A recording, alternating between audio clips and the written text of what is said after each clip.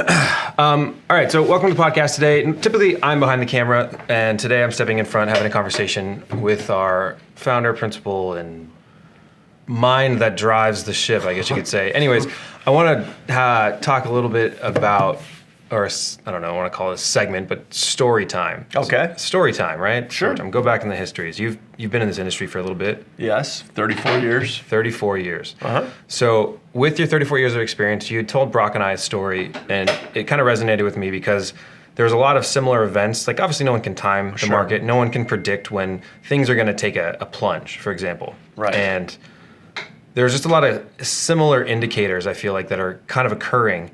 And during your career, there was one particular product that you had always told us about that you just kind of, it was something on the back burner. You weren't really too excited about it, but it was something that you're interested in, and you put a lot of your clients on when you were a stockbroker, and it ended up really saving a lot of people's butts. Yeah, it did. So what was that? It was an annuity, and frankly, it was kind of a watershed event for me because it changed a lot of my thinking and the way I approached my business moving forward. And it was in the late 1990s, it was 98, 99, and even 2000. There was new products were coming out that were annuities that essentially allowed you to have your money invested in the stock market, but it also provided you some downside protection or the ability to have some income growing no matter what the stock market portion did. This income rider would grow at its own pace, and at the end of the time of the annuity, let's say 10 years, you could choose either which value was ever greater, either the stock market or the value of that income rolling up in the annuity. And I remember the product, it was an ING product at the time, and when it came out, it had the ability to grow your money in the stock market, so you had some different investment choices. At the same time, it had an independent rider that was growing at 7% a year for income. You know, it wasn't cash value, but it was the ability to have this money grow, and at the end of it all, you could take income based off of that value if it was worth more, or you could just take the stock market portion of your account if that was worth more. So just for people that don't understand, like, what is a rider? A rider is essentially an addition that's built into the product that you... And these are financial products from... Insurance companies predominantly is what an annuity's done. So I remember when this product came out, the ING Select got pretty aggressive with it to the tune of millions and millions of dollars. And I remember sitting in appointments and I would tell clients, listen, I like this product because it has the ability to grow your money in the stock market. And it also has a neat feature in it that regardless if the stock market portion doesn't work, there's a 7% income rider that's growing every year. So at the end of 10 years, we know that this income rider at roughly 7% is going to double, or the stock market portion is going to be worth more. And I don't think this will ever pay off because the market has historically done 8, 9, 10%, in every 10-year time frame. But I'm selling this or recommending this so you have the peace of mind knowing that if, gosh forbid, the stock market ever, took a plunge or it didn't do well, your money still had the ability to provide value to you in the way of this income that would be growing. And you were recommending this product when? 1998, 1999, and 2000. That's when you start. Those 3 years specifically is when you started selling this thing. And I believe we put close to $65 million in the product. So. And your clients, were they hesitant, or did they just kind of? I'm sure they trusted you, right? You build the relationship with people to where they trust you. But again, it was just a piece. And what portion, of their asset allocation? So their portfolio, what percentage was in this thing? Well, a lot of that would be determined by the temperament of the client, their age, what their risk tolerance was. Ironically, you had, in that time, the market had been doing really well. The 90s were phenomenal for the market going way up. .coms and all the people felt that it's just going to keep going. But the reality is things can't keep going forever. So as a broker, I've kind of said, well, I'm going to put this in the portfolio as the what if. It's going to be kind of that piece of the portfolio where, again, I'll give them growth, but I'm going to give them a floor protection in case the growth scenario doesn't work out. So I remember we had probably $200-300 million under management at that time. We took about $65 million of our clients' monies and we moved it into this product. Because remember, you still had the growth of the stock market. So if the stock market kept going up, Right. the annuity was going to grow and you were still in the ball game. But the nice thing is if the stock market went down or it took a breather, your account value was going to potentially go down and suffer if the market went down. But this income rider wouldn't. It was just going to keep growing at its 7%, and it was going to lock after 10 years. Right. So, matter of fact, I think it locked after 20 years. But regardless, remember now we're in this period of time in the 90s where things have gone, really strong. So, a couple years later, 2000 to 2002, the dot-com bubble happened. And stocks went down quite a bit. As a matter of fact, over that 2-year period, stocks actually went down more than what happened in 2008. Right? It was 2.5 years from 2000 to 2002. The problem was, though, it happened slower. It wasn't as crazy or as hard hitting as 2008 happened when it happened, because it happened so quickly. This just kind of slowly happened, and stocks didn't do well, and everything with a .com just really blew up. I remember a story as clear as day. I was on an airplane, actually going back for. I believe, ironically, my college reunion. But I remember picking up a magazine, and it used to be called Sky Mall. Yeah. And it was a magazine that was in the planes, and you could There's some go. crazy things in that. Yeah, and the idea was it was a retail magazine. You could order all this crazy stuff. And I remember the stock went from like $2 a share to like $200 a share, just some crazy number. And it was so unrealistic, but again, it was caught up in this whole new wave of the .com, the beginning of online shopping, the ability for people not to have to hoof it to the store, simply order something right out of this magazine and have it delivered to your house. Well, 10 years later, we've had the .com, market's kind of recovering, everybody's now, getting their legs back underneath them, and then wham, 2008 happens. And it was violent and nasty, and it happened quick. And it took down a lot of people with it, and it took down a lot of firms. I mean, Shearson Lehman, Bear Stearns, who in the world would have ever thought that they would go out of business? Merrill Lynch was, a breath away until Bank of America came in and bought them out. And then you had banks. I remember I had a tile company business on the side that I was doing a lot of stuff with. And I remember that we had a line of credit. And we had always made our payments, we'd done nothing wrong, and our bank went out of business. And because our bank went out of business, the notes got sold off, and it got bought by some 10-gallon hat guy out of Texas who was demanding that we had to pay it back. So how did this ING 7% guarantee? So imagine you've got all this calamity going on, and right after people recover, boom, it goes down again. So we take a look at that 10-year period. And that 10-year period was called the lost decade, where the account value portion of those INGs did not do well, 30, 40, 50% down. And people would come in and they would be like, oh my gosh, I've lost money and this is my retirement and da-da-da. And no, you didn't. You didn't lose a dime. What are you talking about? Well, the income portion of your account is almost doubled. So you're telling me that this value, while this is what my account's worth, I really have access to this? So let's do some numbers. So like, say for example, someone put $100,000 for easy math into this annuity, and they did that in 99. Right? 2009. So 2008 happens. That's 10 years later, and they're coming in saying, what am I supposed to do? Like I invested 10 years ago. Like I'm ready to retire now. Or most of these people were retired. Okay, so or they are in retirement. Incomes and stuff. So imagine now you have this. So how did this work? Like, so what essentially happened is you showed the client, listen, this number right here, this GLWB, this guaranteed lifetime withdrawal benefit, is the number that you have access for income, and that number's doubled. So your $100,000, while it may only be worth $80,000 right now because the stock market did nothing and you lost money over that time, your account value for income purposes is actually worth $200,000. So you can take an income guaranteed for the rest of your life based off of that $200,000 number. So let's pick the terms. You can do a 5-year, 10-year, or a life. Right.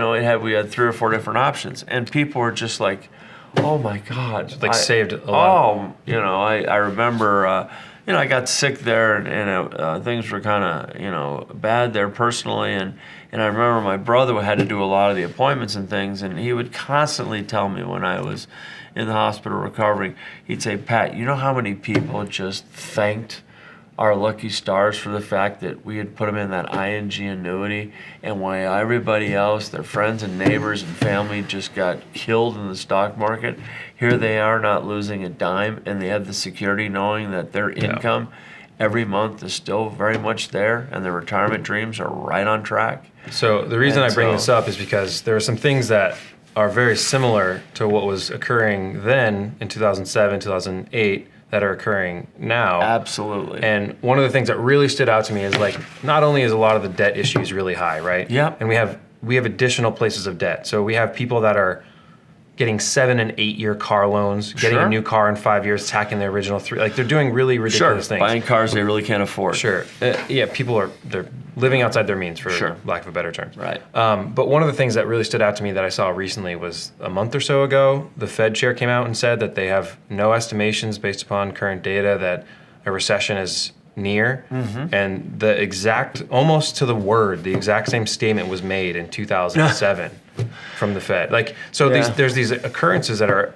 happening that are very similar to, like, when the market corrected last time. Right. And typically market corrections are what? About every 10 years or so? You've had a heck of a ride here in the market, and, you know. And the reason I bring it up, though, and I wanted to talk about this incident specifically, is because I think that if people don't have some predictable guarantees in their portfolio when they're looking towards retirement that are going to generate them monthly income, then they're severely missing out on some, or they're putting themselves at undue risk.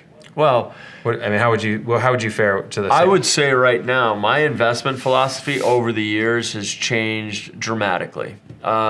I compare the stock market and other things that people do to be what we call speculative. Why do I say speculative? Not because it's AZ Widget Shop down on South Phoenix that just started yesterday and we don't know what it's going to do. No, I'm talking about speculative, meaning that you have large amounts of money in an unknown variable.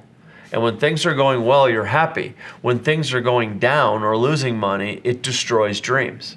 And the thing that you talk about is while the stock market's having this euphoric run, there's other variables that are surrounding it that are very concerning. Matter of fact, you've got the largest segment of people retiring right now in baby boomers. 40% of them are literally retiring flat broke. So like $10,000 a day or something? Or yes, and they're flat broke. Yeah. And then you have a next segment of the population that literally has maybe $100,000 saved. So now you got 70% of the population is facing some sort of financial stress as they move into retirement. So what's their financial plan? Social Security and Medicare. Well, we already know that Social Security is problematic. People are saying it may go bankrupt. However, the estimates for Medicare put it 5 times worse. Now you take that and you take student debt, loan debt at the highest it's ever been. Matter of fact, the class that just entered school here, the class of 2019, is the most indebted class ever.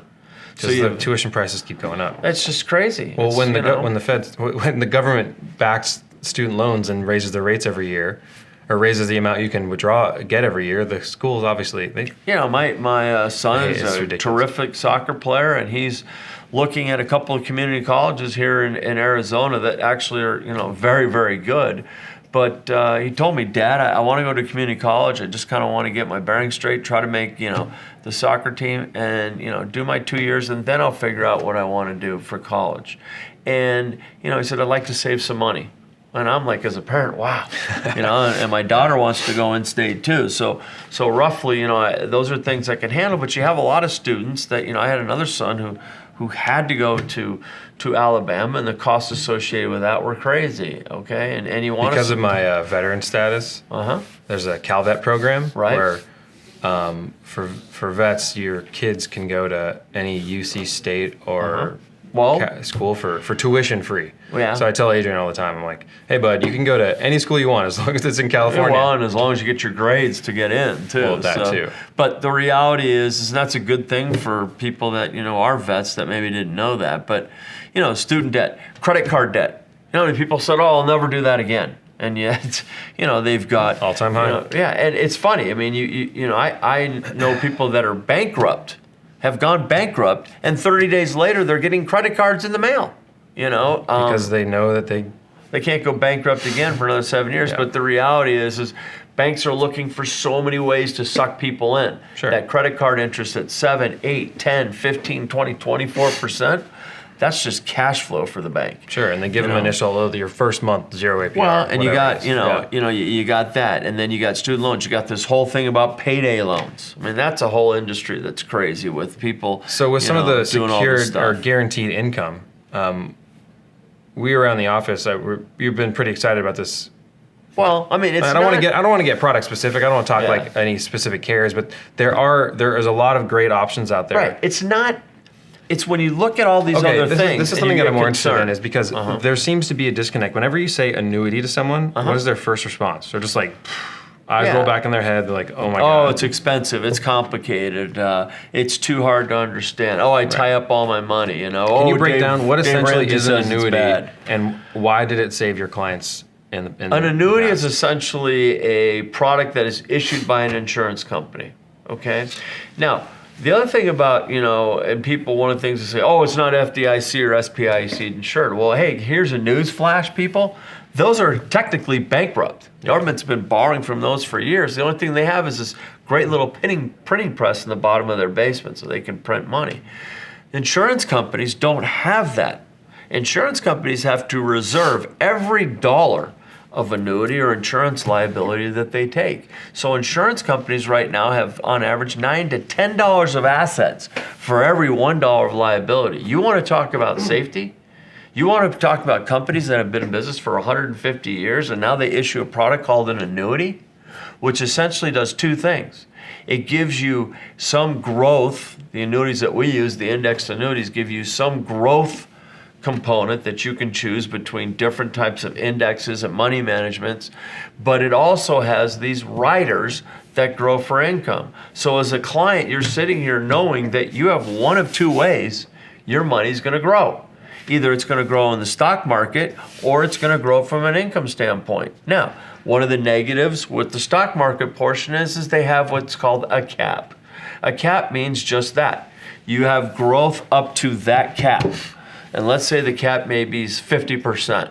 And let's say you chose the S&P 500 index. Index goes up 10%, you get 5.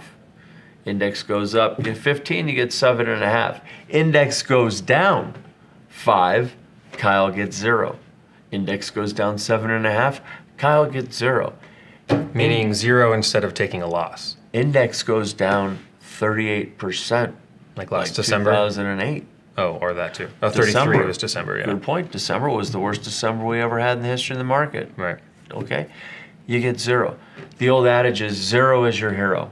All right? So what we try to preach is safety first.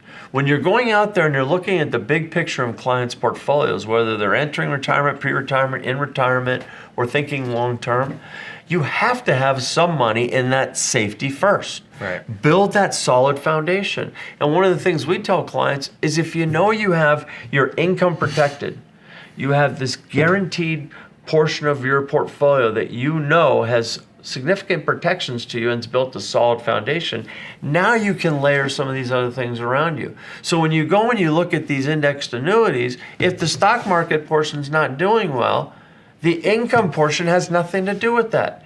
It's growing at 5 or 6 or one of them out there's at 7.5%. And that's 7.5% of the initial investment. Plus they Yeah. give you a little bit of a kicker right up front to even sweeten the deal. That's right. So at the end of 10 years, let's just use simple math.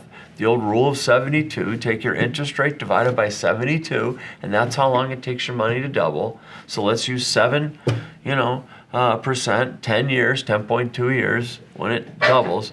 You know that one of two things is going to happen. My money's either done really well or my money's still intact from an income standpoint. And by the way, a lot of these riders for income, you can turn on right away. So that you with an annuity, the beautiful thing about it is you get a guaranteed retirement paycheck for the rest of your life. That's the beauty of an annuity. And, I mean, the insurance company guarantees that will happen. There's and no- if you die, Yeah. your beneficiaries will get what's left over. Right, right. Okay? And there's no savings accounts out there that are at No. 7%, No. 5% even. And what we're talking about, it's the difference between investing and saving. Right. You save in an annuity. You save in an insurance company. You invest in the stock market. You invest in a mutual fund. So that ultimately, by investing, you're expecting some higher rates of returns. With the annuities, yes. Right. They're not designed to be the next Apple. One of the knocks against them. But that's not what they're designed to do. Right, and you want some sort of diversified portfolio. Well, and they're Like if you had- designed to yeah. put your leg in the water, not your whole body. Why can't people have some money in that? Okay, and when you step back and you really look at them the way they're meant to be positioned in the portfolio, and if you look at the bottom line intrinsic values and the way it's explained to you, they're not that complicated. Okay? They provide the value of you being able to go at night, sleep, saying, next month, I'm going to go to my mailbox, and there's my guaranteed income check. So now, obviously, this is something that we believe in. So Strongly. our potential, we have inherent biases. So where someone that could go to look at some third-party information to find out, just some info on like what exactly an annuity is, how it might help their portfolio. And by the way, you talk about biased, Sure. okay? I've been doing this for 34 years. Right. I have run the gamut. Well, you were full know, stockbroker in the beginning, right? Multiple, I was a broker, I've been a branch manager, I've been a vice president, I've won top producer awards for years after years on both the stock side and the insurance side. Largest producer out of thousands of people in the country. So I can truly sit here and tell you, I've seen it all. And I've done it all. And I've gone through this metamorphosis, and it's not that I'm 57 years old. It's just I You're not know. 57? It's not that I'm 57 and cowering because Yeah. I'm a little bit older than I was back there in my 20s. But the reality is this. People love to be growth investors or think they're growth investors right up until the time that the market dumps. And then they do this self-realization of, gosh, that really hurt. I'm really not that kind of investor. I'm a lot more conservative than I thought. Which I feel like most people are. I think so too. And so that's why I tell people Well, and having the that trends portion tell in you there that. is not a problem. That's not like my opinion. Like when the market goes down, what happens? Everybody sells. Like, you bought that? Yeah, why would you sell? Do you know how many people come into our office and they're 70 years old or 75 and they have 100% of their money in the market? 100%. Yeah, I guess the best question you ask them, why? Why? Yeah. They can't tell me. Or if they do, my broker says I can take out this 4 or 5% and I've got my income and my principal. Okay? Well, let me tell you about the lady that came into my office that decided to retire in 2007 with $1 million. Comes into my office in 2008, and guess what that $1 million is worth? Because she was doing that. Broker said, put the $1 million in there. We'll take out 4% a year. You'll get your $40,000 along with your Social Security. You're good. Okay? Well, it was too bad when she came into my office, retiring in 2007, staggers into my office in early 2009, and her portfolio is all the way down to $600,000. How do you think she feel? So my point. Not great. And my point was, why what did you have some of that money? What'd you end up doing for her? Well, unfortunately, I told her, you're going to have to stomach this because You got to stick it out, right? Like, like it'll rebound. But so what we did was we lightened the load. We diversified a little bit more from where she was. She was 100% into very aggressive growth things. So we built a little bit more balanced portfolio. I'm happy to say she recovered and she's fine. But she was, having to come off, I got to cut back on everything. I'm going to outlive my money. I don't know what I'm going to do. I was trying to do something with my kids at the end of this, blah, blah, blah. I mean, it was, let me get out the Kleenexes. Let's get the hour off your chest of how sad you are, da, da, da. And now let's sit down and approach this realistically to fix it. So maybe then in trying to prevent that and plan for that sort of scenario, I mean, someone like myself, I'm 33, like, would an annuity be right for someone like me? Well, you're in a different situation. Right, yeah. Okay? So, I mean, I would tell you right now, you're in that accumulation phase, and there's nothing wrong with that. At what point would someone want to consider an annuity to their portfolio? I think the people want to consider annuity Like that when you're are like going 10 years? they're going into pre-retirement, retirement. Maybe they have a large portion of their monies in the 401k, and they have limited options with their current 401k. Well, a lot of these 401ks have a withdrawal option, one option that you can take some money out to diversify somewhere else. So putting some of that money maybe in an annuity could make real sense. I mean, the government's even talking about adding annuities to 401ks. You want to know why? Because annuities are the one thing that can be in a 401k that when you go to retire, it can be set up to provide you a lifetime income that you can't outlive. Because the government knows if a bunch of people are coming down the pipeline and they're going to be relying on our nickel, we have to do things to encourage whatever's out there to last as long as it can. Because otherwise we're sharing a huge amount of money in the face that we've got to allocate to take care of these people. It's also the biggest reason why I think taxes are going to go up. Right. Well, we know taxes are going to go up. I mean, you only have, the government has one of two hands. Either they reduce revenue or they raise taxes. They're not doing it here. I just mean that the Trump cuts, at a minimum, the Trump tax cuts expire, right? So, they're going to go. So let's say the market views that as a negative, you're in an annuity, and guess what? You don't lose a dime. Right. Okay? So hindsight is, Kyle, we've got that accumulation phase, now we're in that setting up for distribution phase, or what we call retirement. So now an annuity placed in there could be a really good thing to do. An annuity could be a good thing for that person that really wants growth, but really can't stomach the risk that goes with growth. Right. So now we can do as an annuity strategy to give them some growth, but to give them protections in case things fall apart. And with like the cost thing, there's inherent costs involved in everything. Like if you have your money with a broker, I mean, it's not free. You know what? This is going to sound, yes, and this is going to sound terrible. I love the cost. You want to know why? Why is that? Because annuity companies based a lot of their surrender charges over 10-year time frames. Okay? So if I can get someone thinking 10 years, history Given that long-term mindset. History has shown that normally over a 10-year period they'll make money. Now I know 2010 was an aberration, and I could never say that. I can't say that now, but I'd always say, oh, in every rolling 10-year period you made money 100% of the time. Right. I can now say 15 years, but the reality is at least in 10, the data shows that people have a much better chance of making money. So I know that I create that mindset of long term and doing that. And by the way, I have a number of people that have had annuities way in excess of 10 years, simply because it still makes sense for them 11, 12, 15, 20 years from now. Because what they want is that income. They want that safety, that guaranteed protection. Sure. So I think when we look at annuities, when they're put in the right place, they're put in the right mindset, they're explained the right way, they can make a really nice addition to a portfolio, and they can be that foundational piece that now you can layer some other things on top of, because you know the majority of your money is safe. Yeah. And by the way, when you go into retirement, what do most people want when they retire? Just security, right? They want to know that They want income. Yeah. They want to know that they can go to that mailbox every month. One of the things that I think is so missed by most advisors is when someone comes into my office, Kyle, let me talk about what you have. Oh, you have this, this, and this. What type of income do you want in retirement? How many advisors ask that question? I don't know that a lot of them do, because when people come into my office, they're always like, oh, I don't know. Right. I want as much as I can have. Okay, well, that's great. We all do. Sure. I want as much as I can have with none of the risk that goes with it. I know it's crazy, Right. Show me that.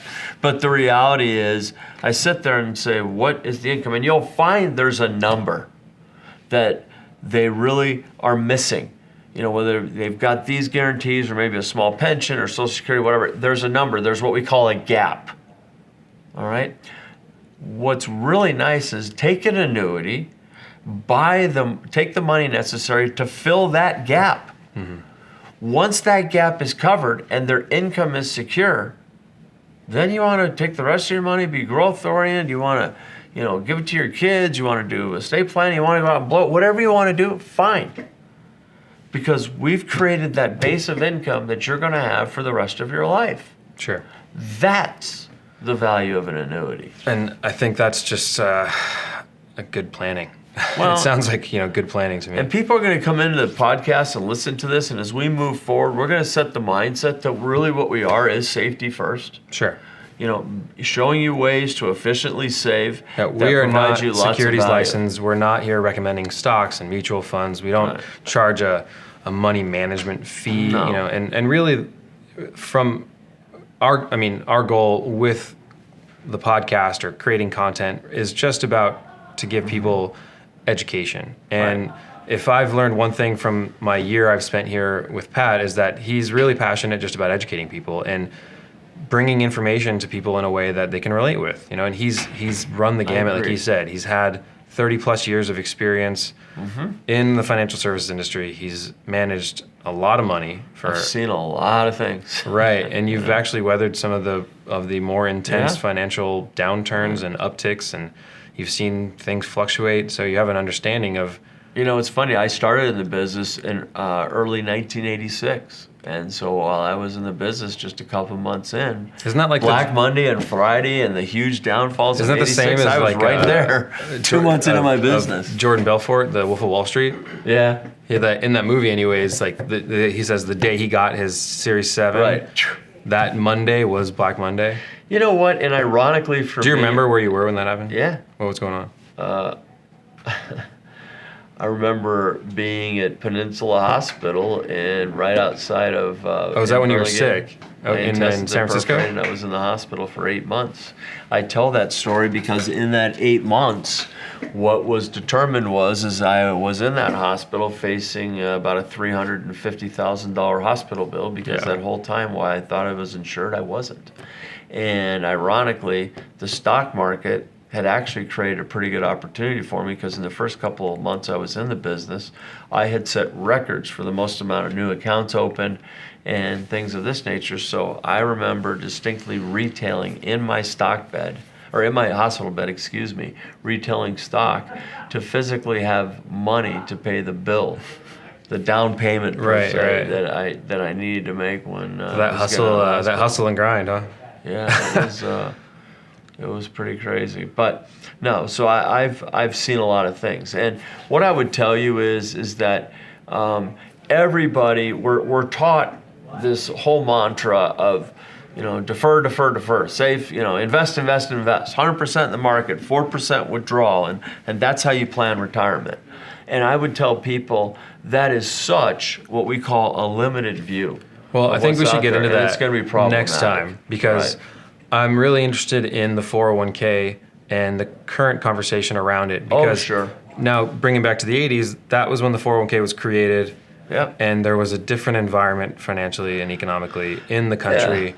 Tax rates were higher. Everything was different, and it logically made sense to defer. Yeah, and don't get me wrong, it's good to encourage people to save. Sure, yeah. And maybe give a match and stuff, but I think give them incentives to save. Sure. And I think the 401k is easily one of the most misunderstood, misused investments that potentially is out there. Well, I think that's a good way to wrap it up, and we can get into the 401k, its inception, the creation, and why you're thinking about it wrong next time. Thank you so much for tuning in. For Pat Moran, I'm Kyle Payak for Healthier Money. Thank you so much. We're out. See you on the next one.